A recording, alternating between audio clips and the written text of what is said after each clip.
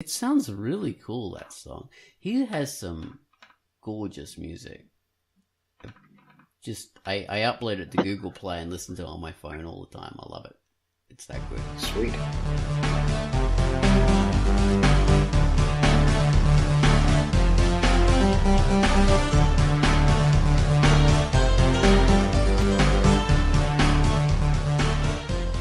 Hello, welcome to Quackcast number 363. I'm Ozone Ocean, and we're going to be talking about reader feedback. You know, or conversations you have in comments, or just reader comments, or whatever, all that kind of good stuff. The fuel that helps you continue being a webcomicer. Okay, we have the beautiful Baines, Pitface, and Tance. They're just this single three-bodied, three-headed creature that is highly sexy, and I love having them on the Baines and I are angsty too this weekend, so everybody watch out.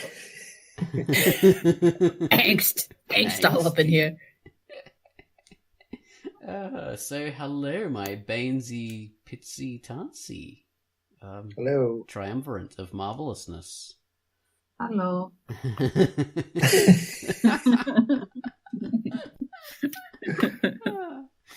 So we're going to be chatting about all the comments and stuff, but first we have to mention the featured comic, and the featured comic this week was Stringy and Moppy. Stringy and Moppy. So take it away, Ozone Ocean, with Stringy and Moppy. Hello, I'm Ozone Ocean, and my feature for the week was Stringy and Moppy.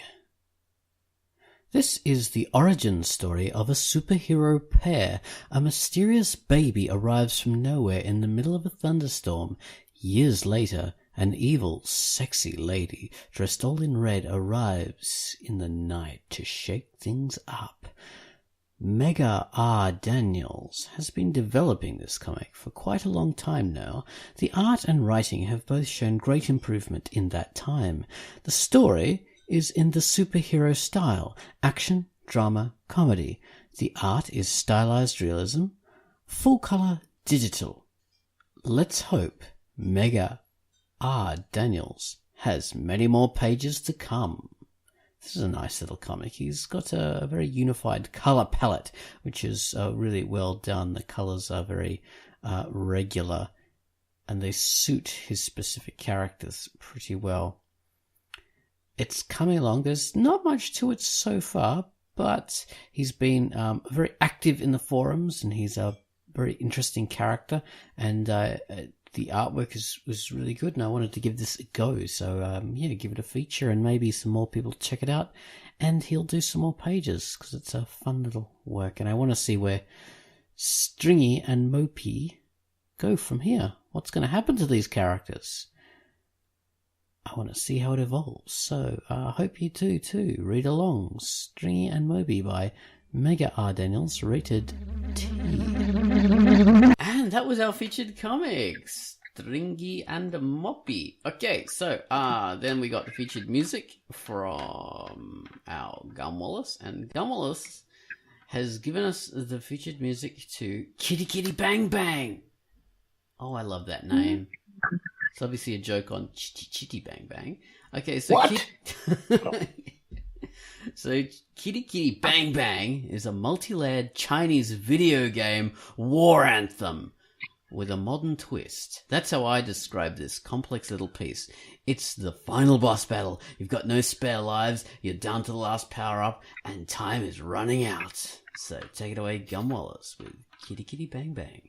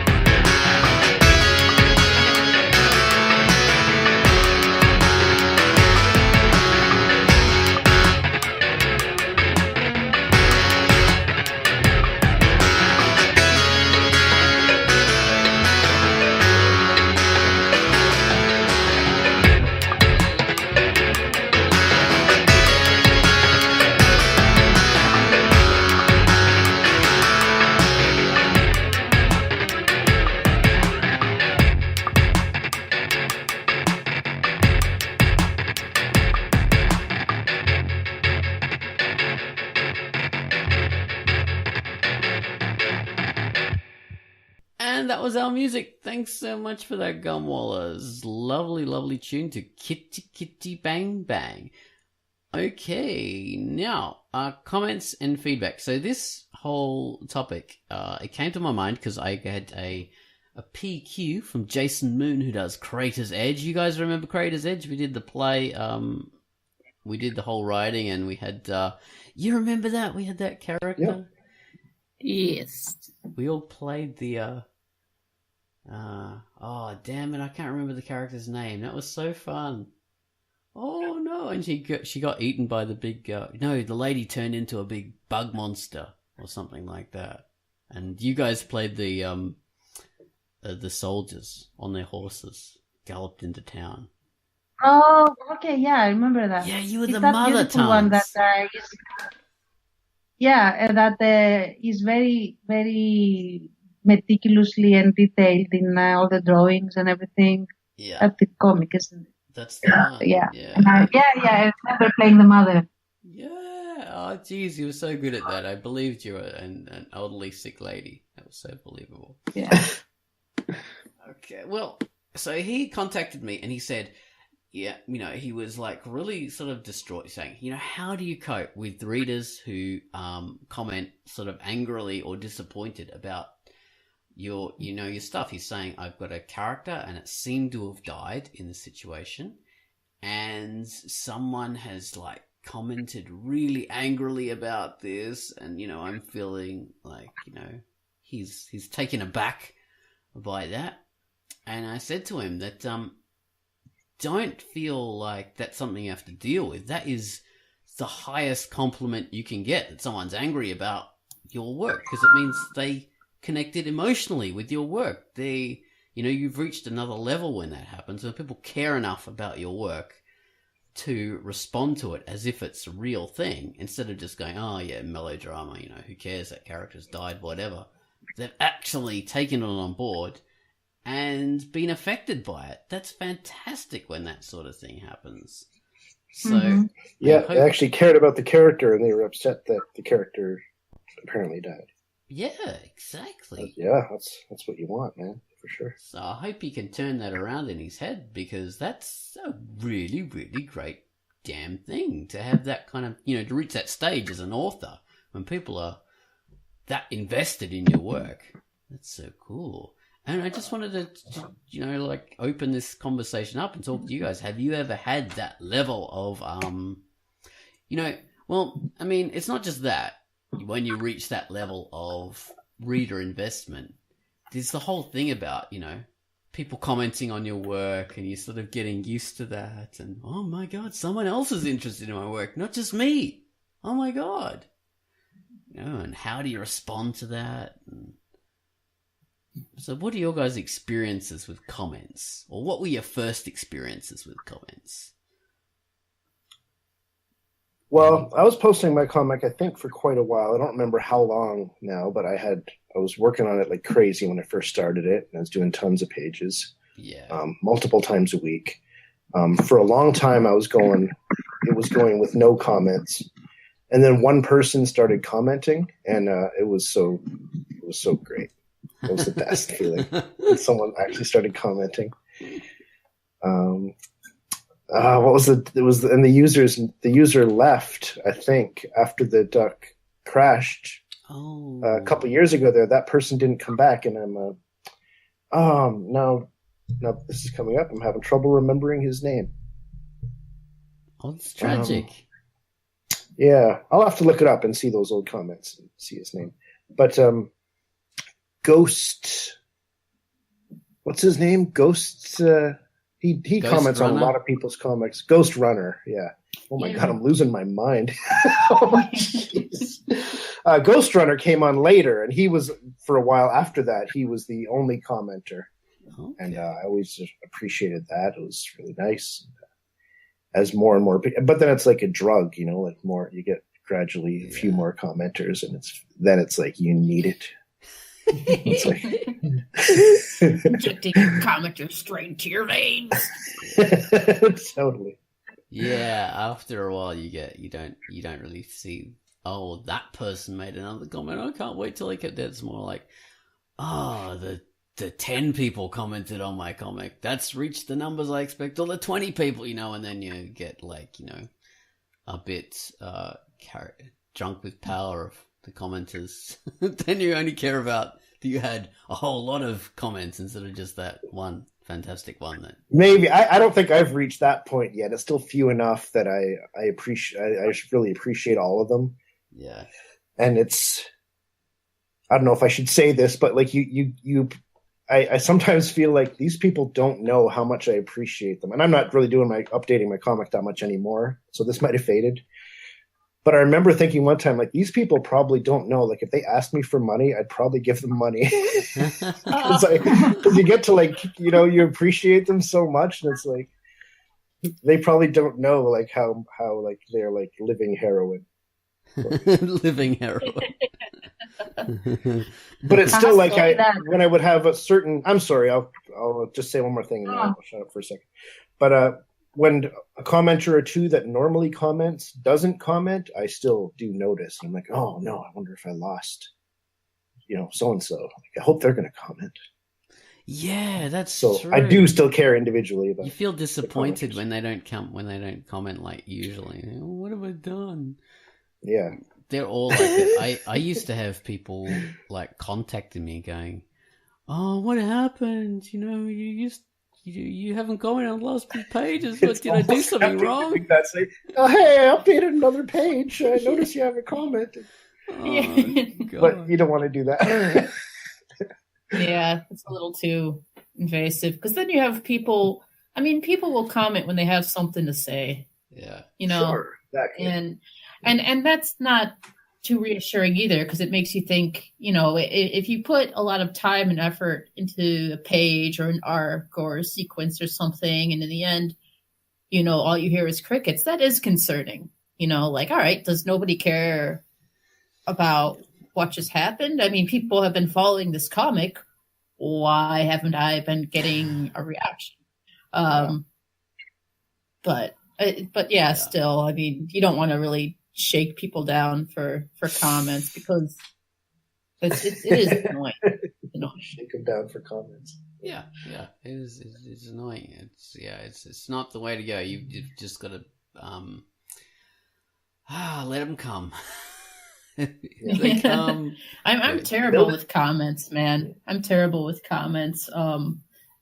Even replying to people's comments on my comic. Because I always wonder, do people think that I'm not that?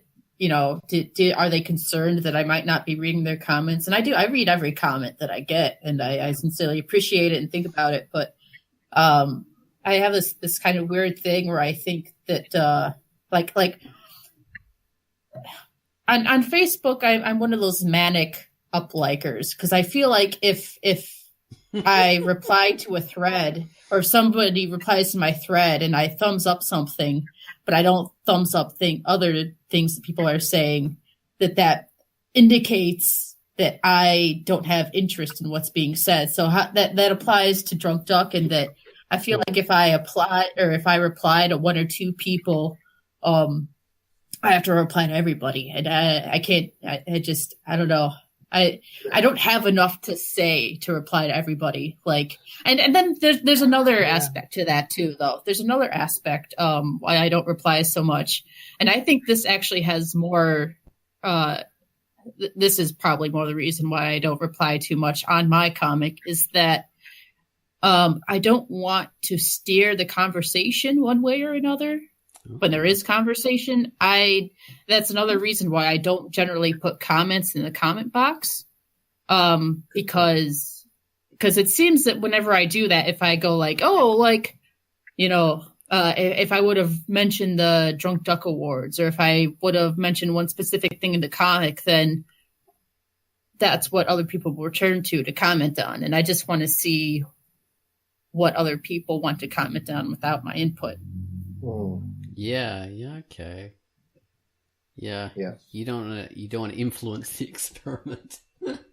Exactly. That's kind of how I see it. For instance, so Putrid Meat, and this kind of goes back to reader reaction and whatnot. So granted, Putrid Meat doesn't have super deep character interactions. At least, I don't really make it too deep. But there are a few interactions that I've had in there that throughout the comic, and I can mention them now because the comic's over and a lot of people who are regular readers of it have read it through.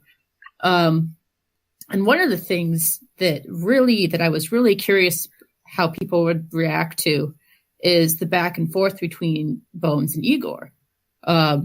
Because I try not to make Igor straight up like, oh, like he doesn't have any good ideas and he's just, the stupid idiot and Bones is right all the time. I was curious if people would actually stop to think, wait, well, maybe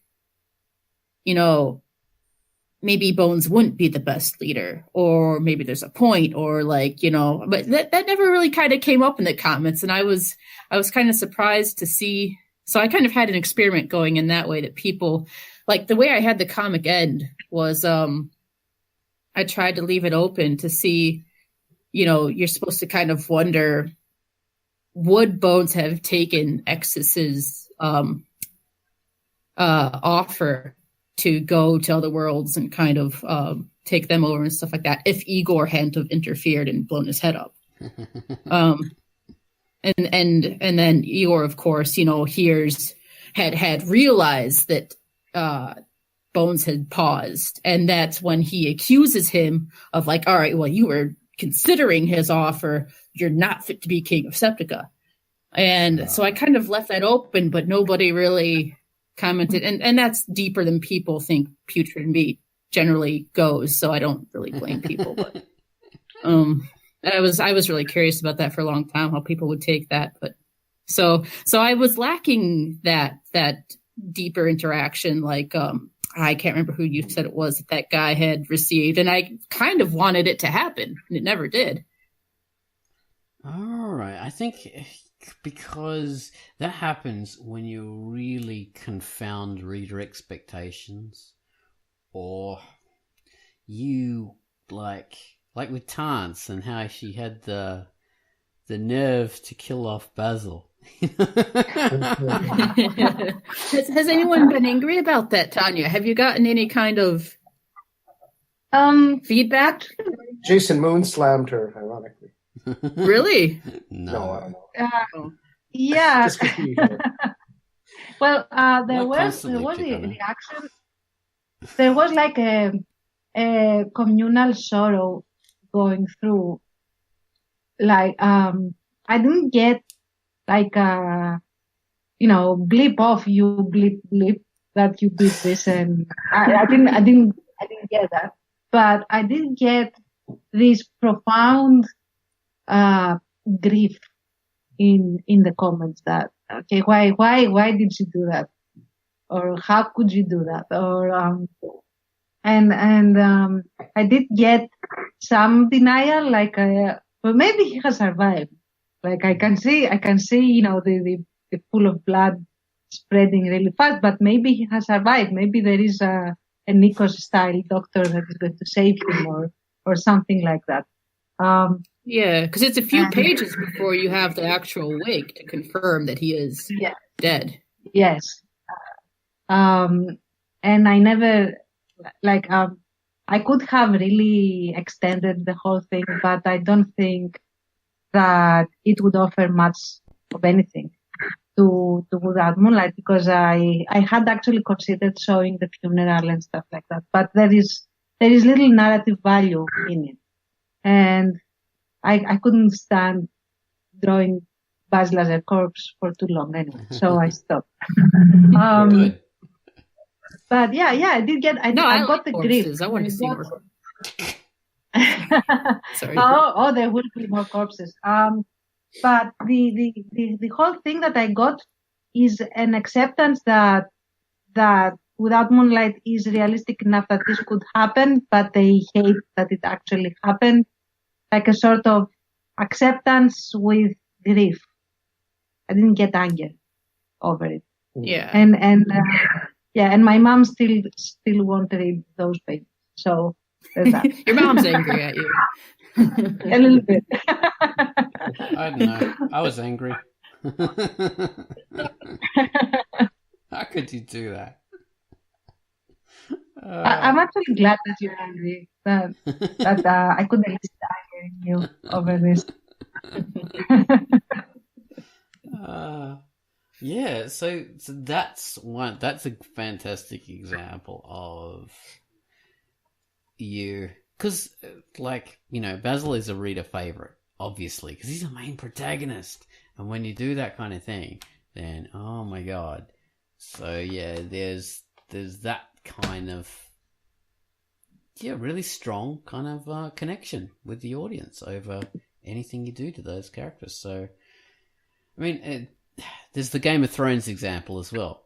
So George R.R. Martin, I haven't read it or I haven't even seen it, but I know the reactions of people, and so he has all these characters, and he sort of fools people into thinking, oh, this guy's a protagonist, this guy's a protagonist, and then he kills them off and goes, and the readers go, oh god, no, don't do it. So that's one of the best ways of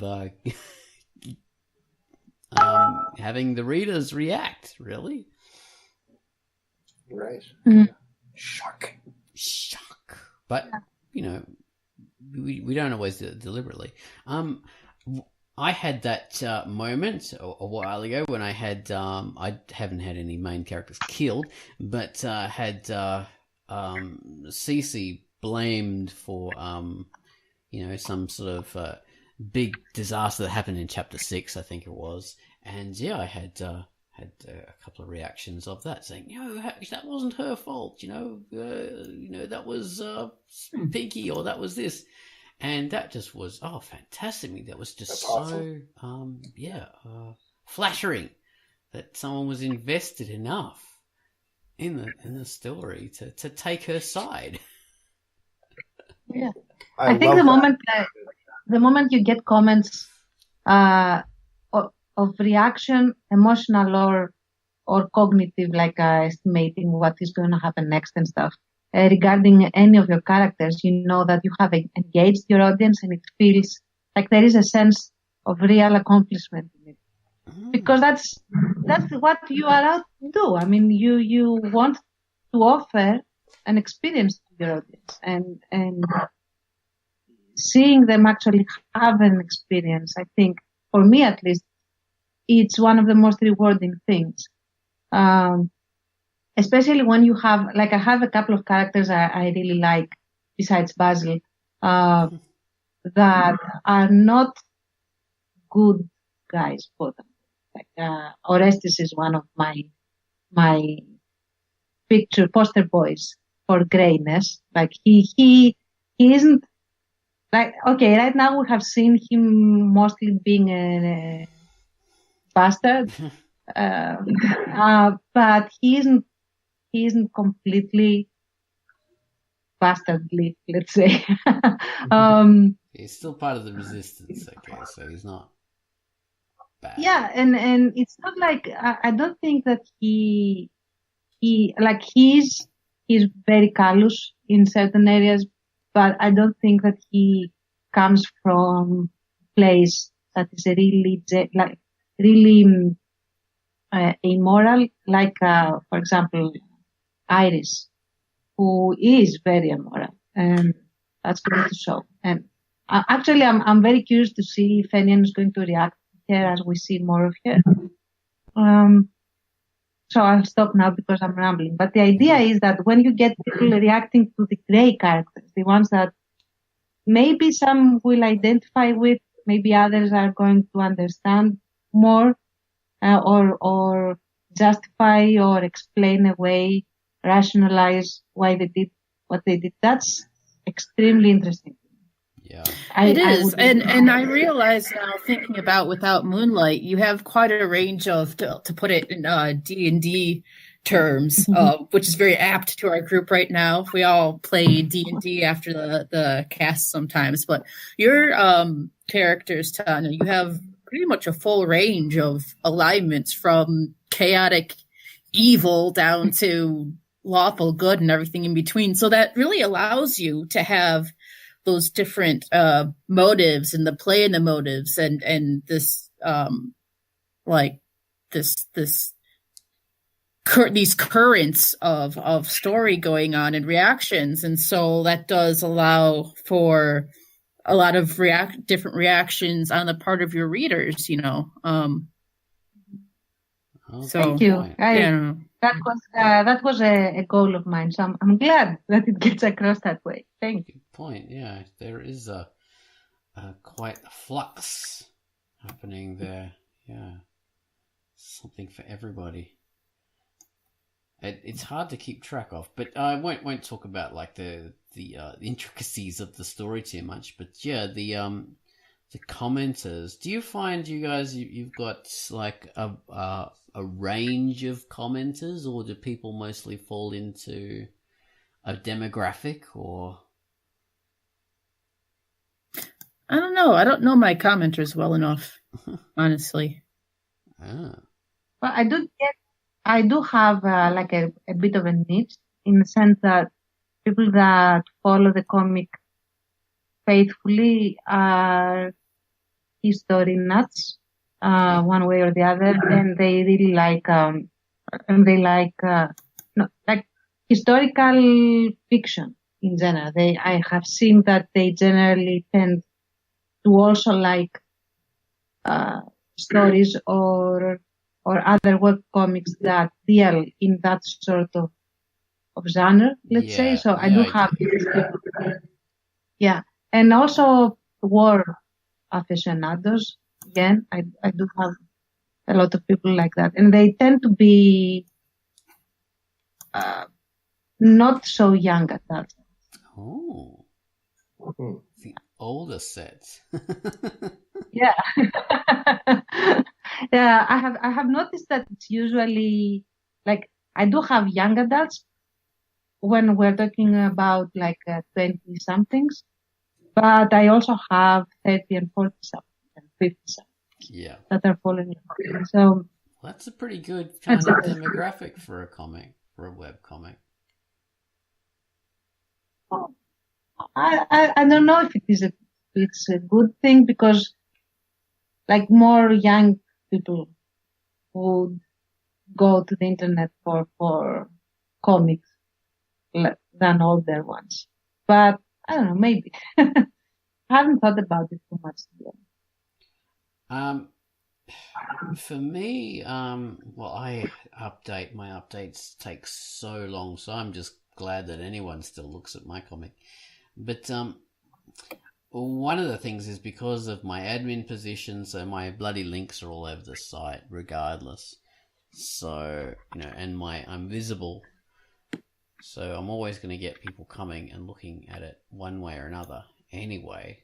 So that means things are tilted a bit in my favor. So there's that. So I'm always going to get people having a look at it. But I'm still grateful for everybody that does. And I think, oh my God, you guys, you just don't have to. You don't have to. Thank you. Thank you for commenting. And I just wish we had that. We have the comment notification feature that we are working on, and the reply notification feature. Alexi is making that for us. It's all paid for and all that kind of stuff. And hopefully that will be implemented, because when you have those comments on the 4th page of your bloody archive, and you're never going to see it. Some new reader has come along and commented on all sorts of different pages, and you don't know. And if you ever do find it and you reply to it, they're not going to know you replied to it, because they're not going to go and check through. So I hope we do get the notification feature soon, because that will be a whole new thing, and then we'll be able to have more sort of back and forth. Because I like replying to my commenters. I like starting up a conversation. I think that's cool. Yeah. That's going to be definitely very interesting. And I do, like what Deidre said, there have been several pages where I really anticipated to see reactions towards a certain tangent, so to speak, and I didn't get that at all. And if we do have a conversation feature, I would be able to at least try and tap onto that and see if people at least have something to say. Oh, that's interesting. Yeah. You can do the opposite of what Pitt did, and you can force the experiment. Hang on, you guys aren't talking about this. You can never force an experiment, but you can definitely ask people what they think about so and so or this and that. Because some people have told me that some pages, at least for my comics, that some pages are so intense that they can't think of anything to say. Like they have intense emotions, but no thoughts. Which is believe it, all that kind of thing.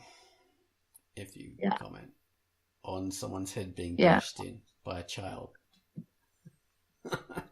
Oh just my comment God. LOL. That has stayed That's what I'm with going to you. do on those pages. Exactly, Tans. That was awful.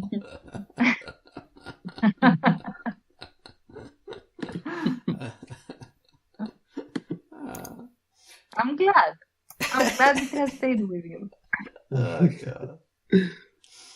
So the feedback thing. But how about you guys as a commenter on other people's comics? I mean, I'm mostly talking about my comments on Dances Without Moonlight. But what about your when you comment on other people's comics? What's your relationship with it? There, do you become invested in the work, or you feel a responsibility to comment on each page as it goes up, or? I think that depends.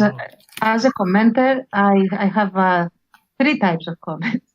One is when I just want to support the comic, but I'm not actually super invested in it for whatever reason. Doesn't mean that it's not a good comic.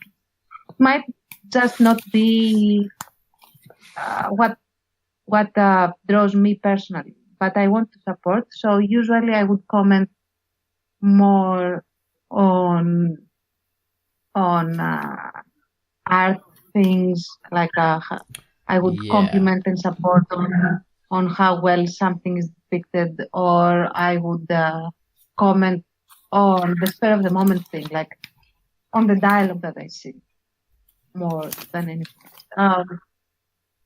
Okay. And then I have those that I follow, and I usually comment on how I feel for the characters and how they react and everything. And those that I'm really invested in, I usually comment with quips because like I want to depict how I feel as I read. Like I have a running commentary, so to speak, of how I feel as I watch the characters more.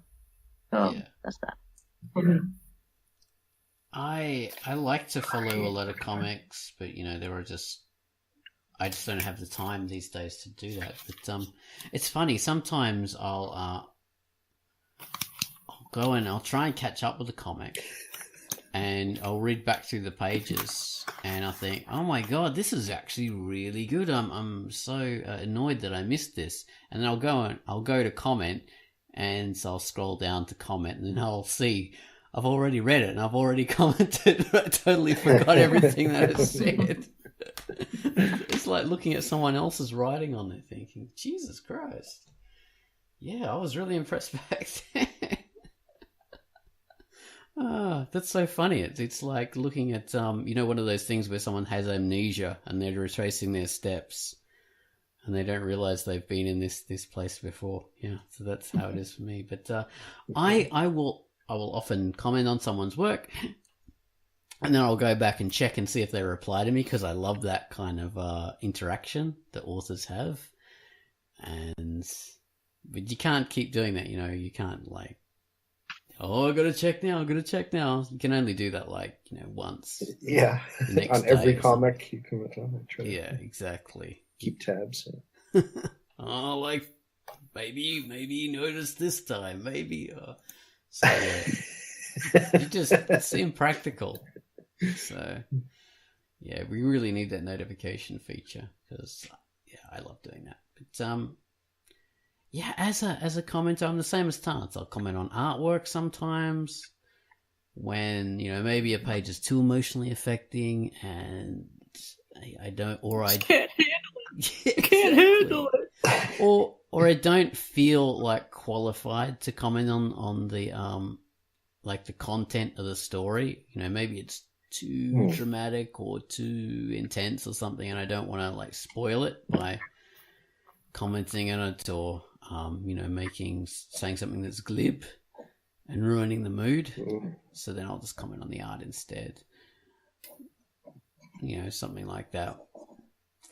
But yeah, I love doing it, but there's just too many comments, too many comics. There's also another thing.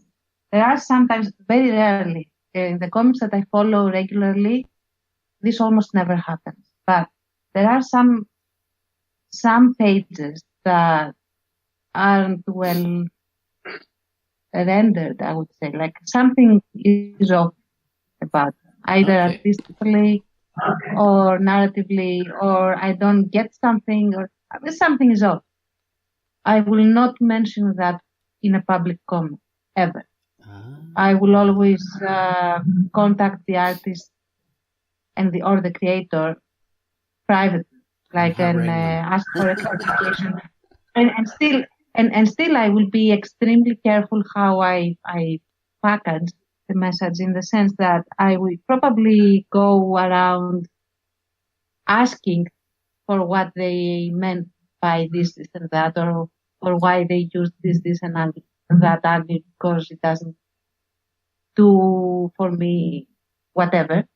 So, get the criticism in a way that will help both me understand, because my point is to actually understand what's going on in the page, but also to get the creator to consider what they should or shouldn't do, or what they should do better, without feeling like they're getting trashed, because that's not my intention. You don't want to call them out publicly. You're not saying, "Hey, doofus, you fucked up." Yeah. Yeah. Yeah, well, that's what I'll do. For a lot of people, I'll PQ them and say, not something like that, but just simple structural things like, I think you've got your pages out of order here. You should really fix this up, or I think you made a mistake. That kind of thing, and to get them to fix it. Or consider like a larger font, because I'm half blind. I can see. Yeah. Like I have to blow the page out. Stuff like that, yeah. Yeah. Some comicers, they have this thing with this tiny little font. God, as a feature, I'll look at someone's art and think, look, the art is just too good and the story is just too good, so I'm gonna, battle with it. I'm gonna zoom in on these pages 200% and make the effort. But it's a pain in the ass. But I'll make the effort because it's just too good. But sometimes you think, no, I can't read this. Sorry. It's great to get that comment. People commented, I think it was Call Me Tom, and then some other people agreed with him, saying that my word balloons were too bright white. Oh. Okay. And they couldn't read it. Like, it was a strain to read it. And I don't know, I've never noticed other comic balloons being toned down in whiteness, but after that I started toning down I would make the balloons a bit darker. Oh, that's interesting. Just soften it a little bit. Tone down my balloons a little bit. Yeah. Because too much, I think. Yeah. I just like the aesthetic. Yeah. Okay. Thanks.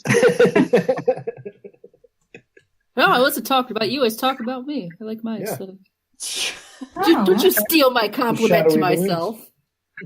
I used to do that because, my thing was white is the brightest thing you can do on a comic page on a screen. So you should preserve that. But then I had this thing, I just had a complete change of heart, and I thought, damn, it's traditional. All the traditional people do it. I'm just going to go with the traditional white word balloons and black writing and be damned with color theory and light and all that kind of stuff. I just go... Well, mine would have nothing to do with theory. It would just be like, well, if it's straining people to read it, then I don't want that. I always put a slightly yellowish tint on there, like somebody peed on it a little bit. It always kind of helps it somehow to kind of like fit in more with the page. I thought sometimes, you did. Yeah, sometimes it just like suits up. Wow. She didn't tell you how she first got the idea. That was before I went digital, so. I always make it slightly like a little bit gray, like 5% gray or 3% gray. To make it fit with the whole desaturated palette that I usually. Yeah. I had this thing back in the day where I'd think, okay, I want to make this super easy to read, so I'm going to do like Pinky has pink word balloons and Cece has purple and Ace has blue, and it's all faded, and when she's like really angry, they like have a gradient to reddish. I remember when you would do that. Yeah. I kind of did the same with Putrid Meat, but it wasn't. I tried to use it more strictly for like emphasis or like and so like Bones had like a kind of like a lime or baby shit green tint to things he was saying to him sometimes if I wanted it to stand out, if it struck me as something very Bones to say, or like something just very like, yeah, let's go, or some stupid shit like that, I would apply something like that. But I became a bit more sparing with it. But in the earlier days, man, I was hauling that shit everywhere. I kind of love how obnoxious I was with it back then.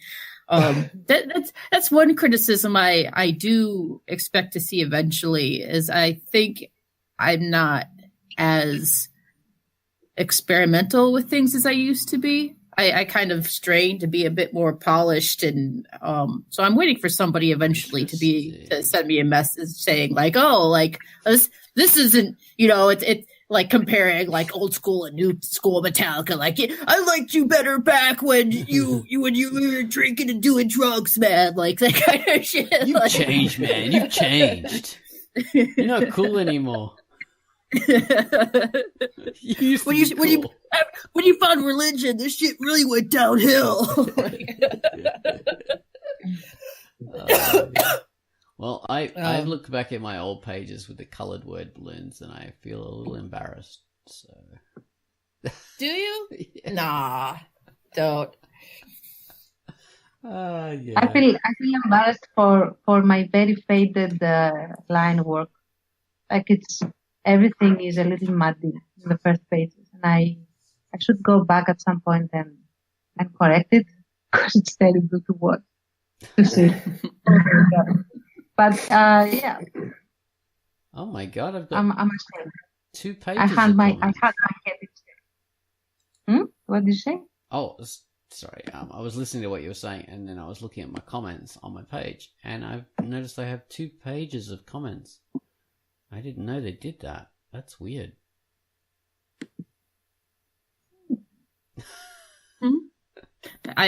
We don't know what you're talking about. Well,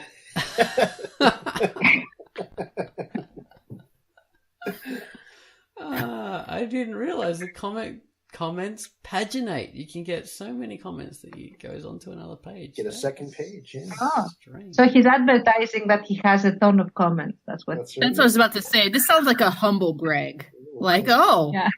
Oh yes, yes. No, that is weird. I wasn't sure they did that. Anyway, now probably no one will comment on my things ever again.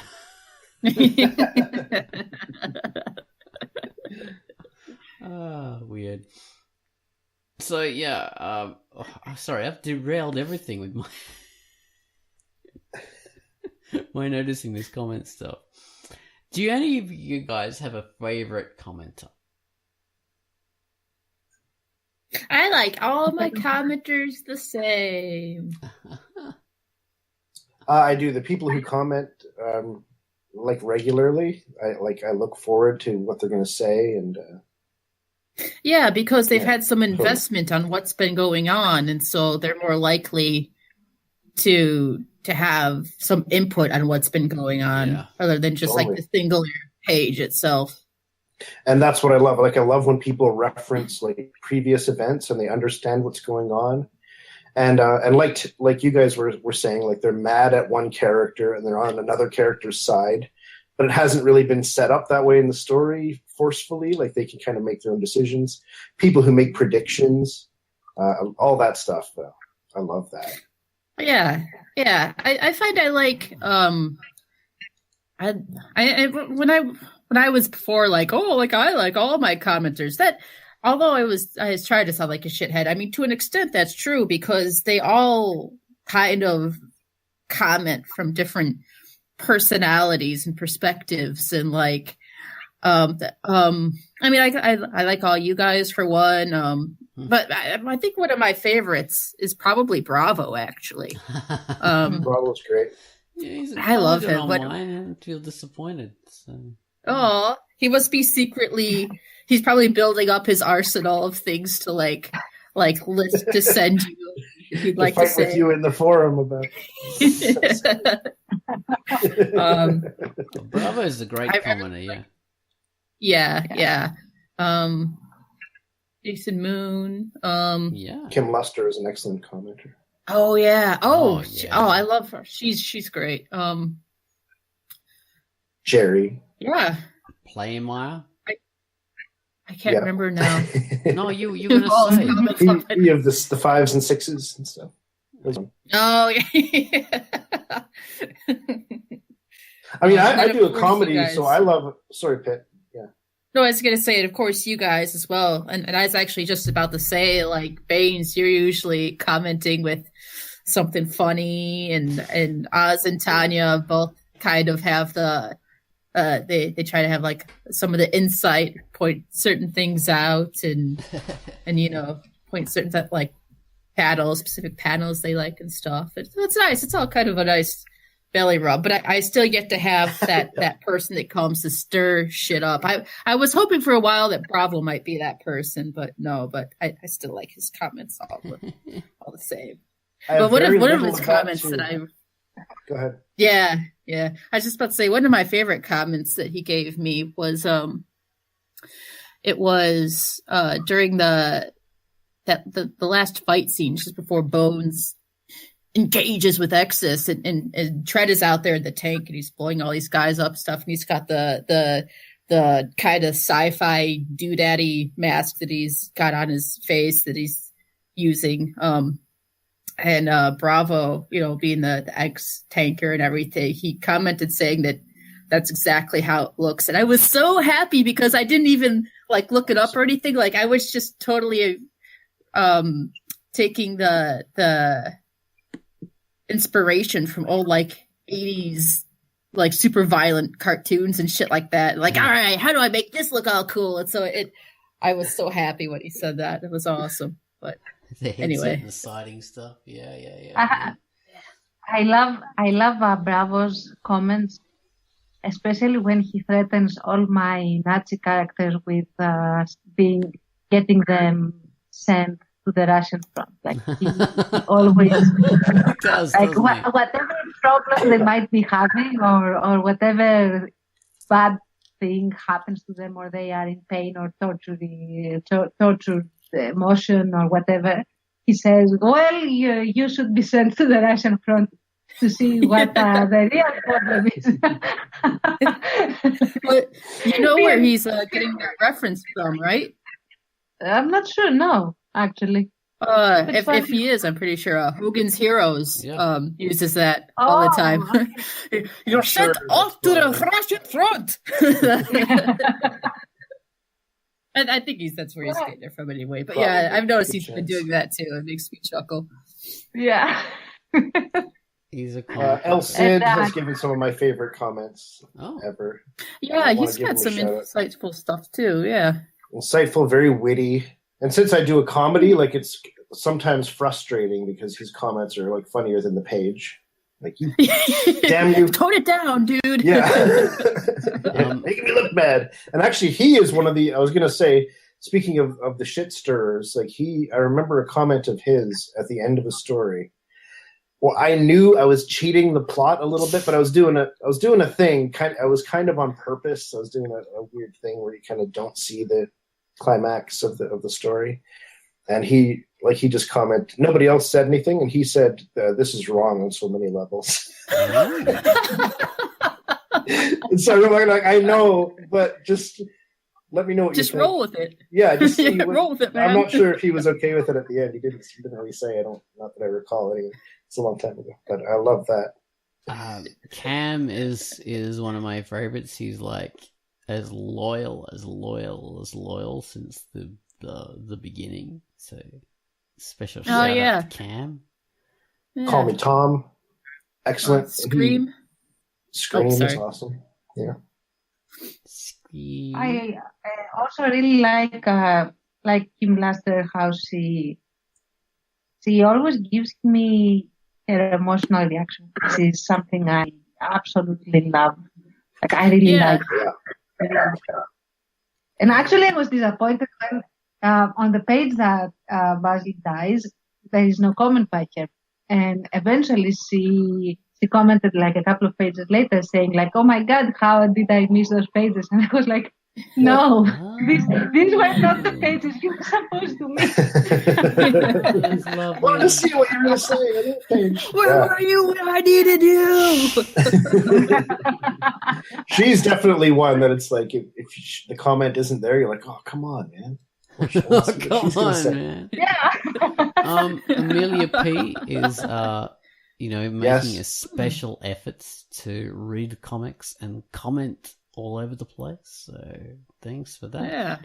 She's had so much success that when she does come around and leave a comment on your comic, you're like, oh, it's like Santa Claus came around. You're like, oh, it's been noticed. Oh shit. Yeah, Fallopian Crusader too. That's right. Wow. That's a blessing from a high authority. Yeah. I don't like to think like that, because then I think, oh, some commenters mean more than other commenters, which isn't the case. I mean, everybody is fantastic.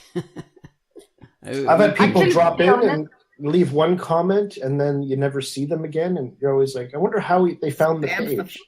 Yeah, like I wonder if they kept reading, or maybe they're still reading once in a while. Who knows? Or they just don't comment. Where did you come from, and where did you go? Actually, I miss a little bit. If you remember in the old system that you had the capacity, like you could leave a 5 or a 6. And some people would just I sort of miss that a little bit, because even though there wasn't any content in the comment, you knew that someone read it and left like a little calling card, like I read it and I liked it, and I move on. So I actually liked that as a feature, although there were many people complaining. I liked it. There was that. And yesterday, I had on Twitter this Follow Friday thing that happens, and there was this commenter thanking me about suggesting their Twitter account be followed, and he said like, oh my God, I read Without Moonlight, I like it, I love it, and everything. They have never commented once, and I appreciate that they love it, and now I realize why they followed my account. But like, dude, let me know that you like what I do. But I'm still thankful that they like it and they follow it. So they should give and take on that. I have to say, I find it tough I appreciate commenters on the level also that I agree with Pitface from earlier that it's hard to think of a good comment. I'm not very good at it, and it's very challenging. That's kind of why that's another level where I really appreciate commenters, and that's why I reply to everyone, unless it's on an old page that I don't see. Okay. It's a decision on purpose, because I personally find it like difficult. I find it challenging to come up with a good comment, even if I'm into the story. Yeah, it is challenging, isn't it? Because I'll reply to everybody. Yeah. Even a 6. You leave a number 5 or a 6, I'll reply to you. Yeah. Yeah, me too, actually. I reply to everyone for that purpose. And Not I don't think people have to. Yeah, I don't think you have to. But No, you don't. It's good though. It's a good social thing. You know, it lets them know they're appreciated. And I love the fact we have the reply feature now, at least. So, oh yeah, man, that's neat. It threads. And the notification will be great. Yeah, gives us a thread. What was I thinking about? Yeah, with the comments. Yeah. It can be hard to leave a comment sometimes, and then I just think, damn, I won't comment. I'll comment on another page. They don't need my comment on every single page, or So sometimes you just got to do that, because we can't do a lot. I mean, I would love it if we just had, instead of the crap 5 thing, if we had like a Facebook like, we could do that on a page. And dislikes and I don't know about dislikes. I think that'd report be great. spam or abuse. Yeah. Or like the crying face or something. Jesus. Yeah, there's sometimes when people like do a comment on Facebook like, oh, something sad happened, and then you accidentally press the laughing face. Yeah. And you could post little things with your pages saying like sad reacts only or like angry reacts only.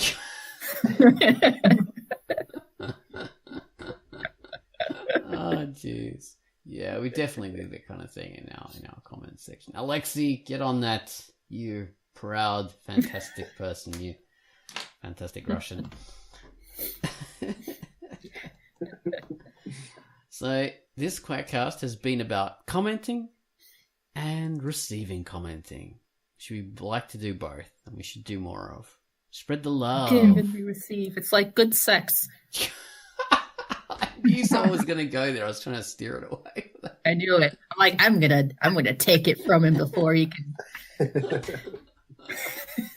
Gonna steal his thunder. Oh, jeez.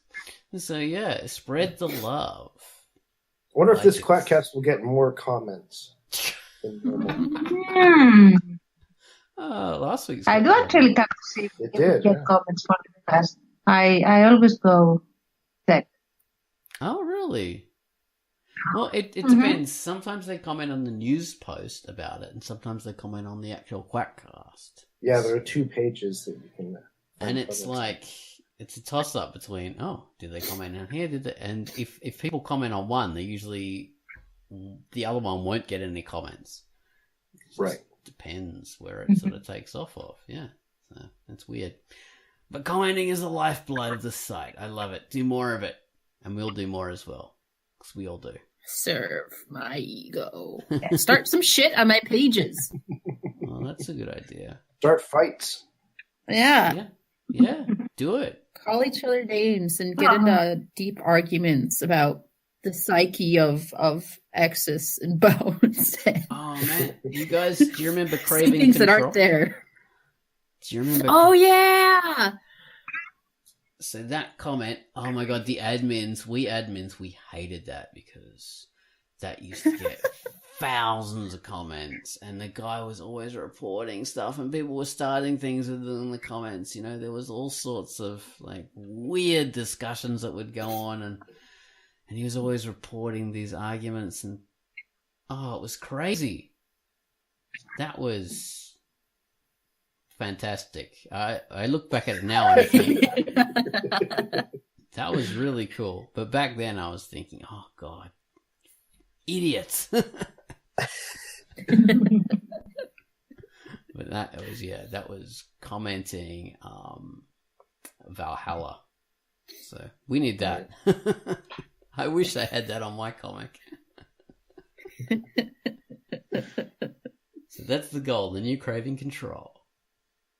All right, everybody. Yes, let's get political. Okay. Thanks for listening. Thanks for being on the Quackcast. First of all, thank you. Baines, Tons, Pitsy? You're welcome.